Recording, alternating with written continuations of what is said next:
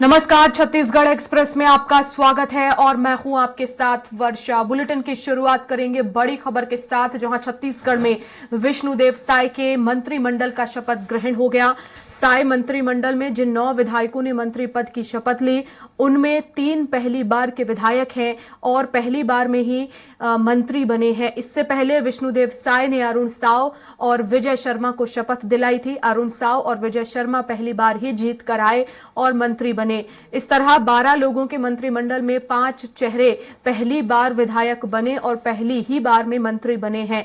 आज शपथ लेने वालों में 5 विधायक ऐसे हैं जो पहली बार मंत्री बने हैं। लक्ष्मी राजवाड़े, टंकराम वर्मा, ओपी चौधरी, श्याम बिहारी जायसवाल और लखन लाल देवांगन शामिल हैं। 12 लोगों के मंत्रिमंडल में 5 विधायक ऐसे हैं जो पहली बार विधायक बने और पहली ही बार में मंत्री बने। इसमें अरुण साव, विजय शर्मा, लक्ष्मी राजवाड़े, टंकराम वर्मा, ओपी चौधरी शामिल हैं। 12 लोगों के मंत्रिमंडल में 7 विधायक ऐसे हैं जो पहली बार मंत्री बने। मैं राम विचार नेताम सत्य निष्ठा से प्रतिज्ञान करता हूं कि मैं विधि द्वारा स्थापित भारत के संविधान के प्रति सच्ची श्रद्धा और निष्ठा रखूंगा।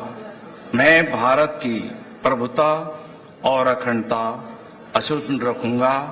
मैं छत्तीसगढ़ राज्य के मंत्री के रूप में अपने कर्तव्यों का श्रद्धापूर्वक और शुद्ध अंतःकरण से निर्वहन करूंगा तथा मैं भय या पक्षपात, अनुराग या द्वेष के बिना सभी प्रकार के लोगों के प्रति संविधान और विधि के अनुसार न्याय करूंगा।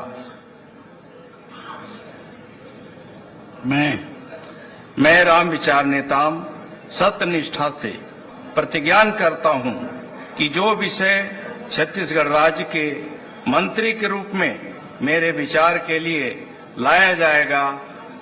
मैं दयाल दास बघेल ईश्वर की शपथ लेता हूं कि मैं विधि द्वारा स्थापित भारत के संविधान के प्रति सच्ची श्रद्धा और निष्ठा रखूंगा। मैं भारत की प्रभुता और अखंडता अक्षुण्ण रखूंगा। मैं छत्तीसगढ़ राज्य के मंत्री के रूप में अपने कर्तव्यों का श्रद्धापूर्वक और शुद्ध अंतःकरण से निर्वहन करूंगा तथा मैं भय या पक्षपात, अनुराग या द्वेष के बिना सभी प्रकार के लोगों के प्रति संविधान और विधि के अनुसार न्याय करूंगा।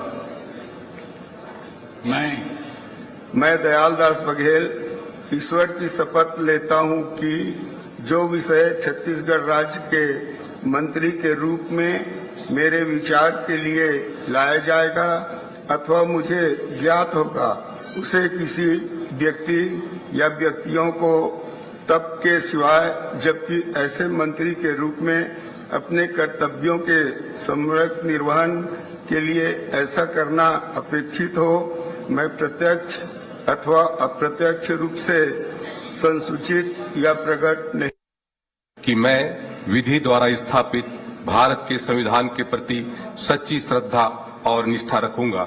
मैं भारत की प्रभुता और अखंडता अक्षुण्ण रखूंगा। मैं छत्तीसगढ़ राज्य के मंत्री के रूप में अपने कर्तव्यों का श्रद्धापूर्वक और शुद्ध अंतःकरण से निर्वहन करूंगा तथा मैं भय या पक्षपात, अनुराग या द्वेष के बिना सभी प्रकार के लोगों के प्रति संविधान और विधि के अनुसार न्याय करूंगा।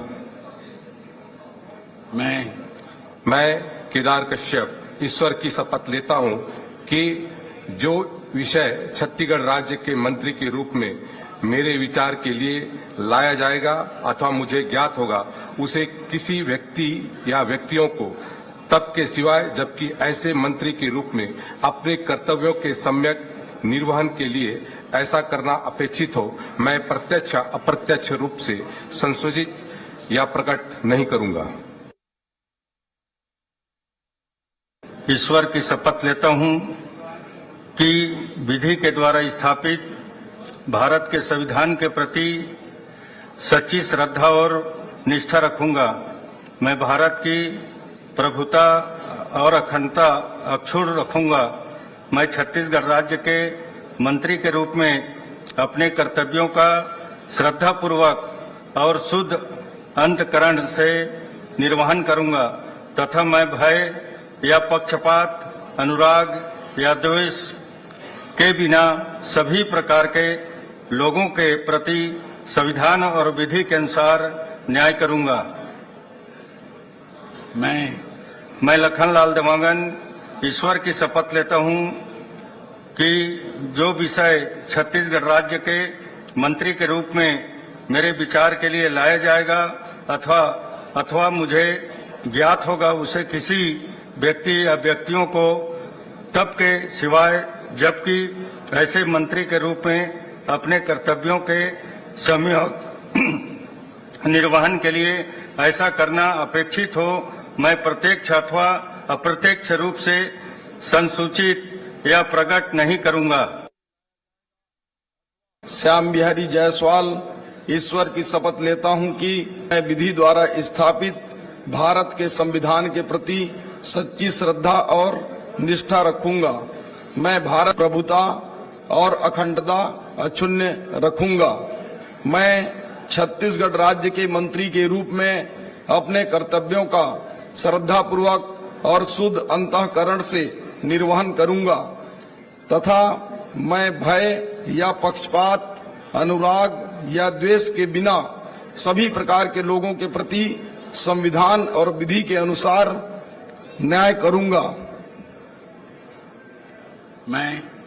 मैं श्याम बिहारी जायसवाल ईश्वर की शपथ लेता हूं कि जो विषय छत्तीसगढ़ राज्य के मंत्री के रूप में मेरे विचार के लिए लाया जाएगा अथवा मुझे ज्ञात होगा उसे किसी व्यक्ति या व्यक्तियों को तब के सिवाय जबकि ऐसे मंत्री के रूप में अपने कर्तव्यों के सम्यक निर्वहन के लिए ऐसा करना अपेक्षित हो, मैं प्रत्यक्ष अथवा अप्रत्यक्ष रूप से संसूचित या प्रकट नहीं करूंगा।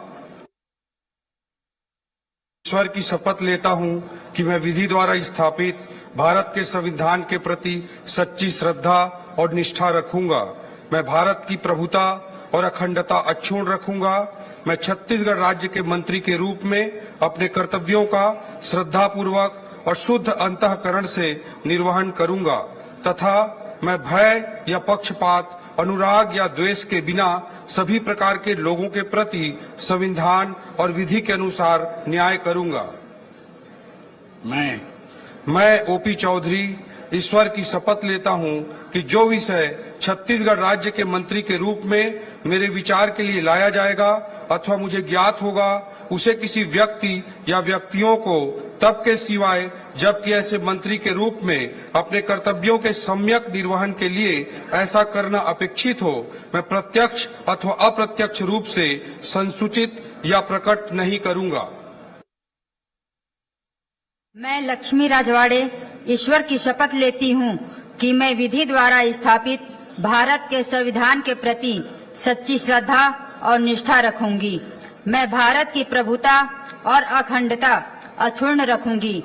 मैं छत्तीसगढ़ राज्य के मंत्री के रूप में अपने कर्तव्यों का श्रद्धापूर्वक और शुद्ध अंतःकरण से निर्वहन करूंगी तथा मैं भय या पक्षपात, अनुराग या द्वेष के बिना सभी प्रकार के लोगों के प्रति संविधान और विधि के अनुसार न्याय करूंगी।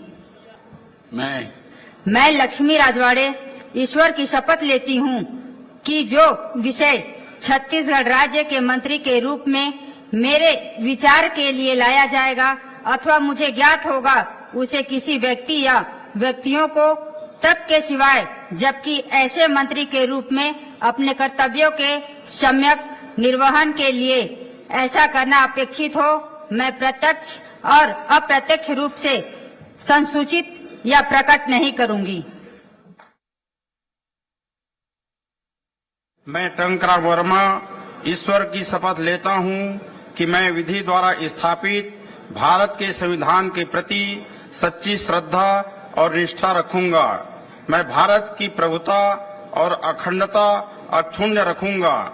मैं छत्तीसगढ़ राज्य के मंत्री के रूप में अपने कर्तव्यों का श्रद्धापूर्वक और शुद्ध अंतःकरण से निर्वहन करूंगा तथा मैं भय या पक्ष अनुराग या द्वेष के बिना सभी प्रकार के लोगों के प्रति संविधान और विधि के अनुसार न्याय करूंगा।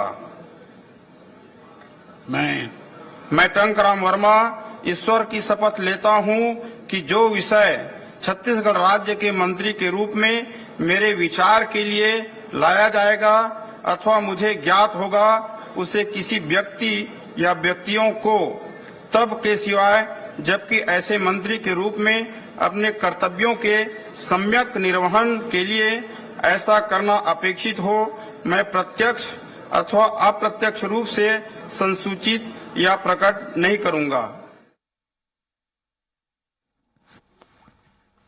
और चलिए इसी खबर पर ज्यादा जानकारी के लिए संवाददाता दिलीप साहू हमारे साथ रायपुर से लाइव जुड़ गए हैं। दिलीप, आखिरकार मंत्रिमंडल का जो है वो गठन हो चुका है। सबसे पहले जानना आपसे यही चाहेंगे कि आखिर क्या खासियत है इस मंत्रिमंडल के जो चेहरे नए शामिल किए गए हैं। जी बिल्कुल वर्षा, इस मंत्रिमंडल में देखा जाए तो जिस तरह से लगातार भाजपा के जो केंद्रीय नेतृत्व है वो जो फैसले ले रहे हैं आगे की भविष्य को ध्यान में रखते हुए कि नए चेहरों को अवसर दिया जाए ताकि युवाओं को जुड़े, और जिस तरह से बातें कही गई है, जैसे केंद्रीय गृह मंत्री अमित शाह जब दौरे में आए थे, लगातार जब उनका कैंपेनिंग चला था, तो उन्होंने एक बात सभी जगह कही कि यहाँ पर कोई कद्दावर नहीं होता, कोई बहुत वरिष्ठ नहीं होता, कोई बड़ा नहीं होता, सब भाजपा के कार्यकर्ता होते हैं। कि ये चीजें उनकी जो बात वे जो कह रहे हैं वो उनके मंत्रिमंडल में दिखाई दे रहे हैं। यहाँ न सिर्फ वरिष्ठ नेताओं को तवज्जो दी गई है बल्कि पहली बार चुने हुए विधायकों को भी मंत्री बना दिया गया है, जिसमें 5-5 ऐसे विधायक हैं जो पहली बार चुन के आए हैं, पहली बार, या फिर एक विधायक ऐसा है कि जो दूसरी बार ही चुन के आए हैं, उनको भी मंत्री बना दिया गया। तो इस तरह से जो परिवर्तन देखने को मिल रहा है भाजपा में कि एक कार्यकर्ता, सामान्य से कार्यकर्ता अचानक से विधायक फिर मंत्री के पद तक पहुंच सकता है। ये एक भविष्य की इनकी सोच है। शायद 2024 के लोकसभा चुनाव को देखकर भी यह जो जिस तरह से निर्णय लिए गए हैं उसको भी कहा जा सकता है, लेकिन निश्चित तौर पे बीजेपी जिस तरह की सोच के साथ आगे बढ़ रही है वो उसी का परिणाम है कि जिस तरह से मंत्रिमंडल का इनका चेहरा जो देखने को मिल रहा है, एक तरफ जहां वरिष्ठ नेता जिसमें बृजमोहन अग्रवाल, रामविचार नेताम, केदार कश्यप, दयालदास बघेल को मंत्रिमंडल में शामिल किया गया है, जो काफी अनुभवी है, पहले भी मंत्री रह चुके हैं। बृजमोहन अग्रवाल लगातार 8 बार से विधायक हैं, अपराजय हैं, कभी भी वो अभी तक एक भी बार विधायक वाला जो चुनाव है उसमें एक भी बार नहीं हारे हैं। इसी तरह केदार कश्यप भी लगातार, हालांकि पिछले चुनाव में हारे थे लेकिन रमन मंत्रिमंडल में 3 बार से मंत्री रह चुके हैं।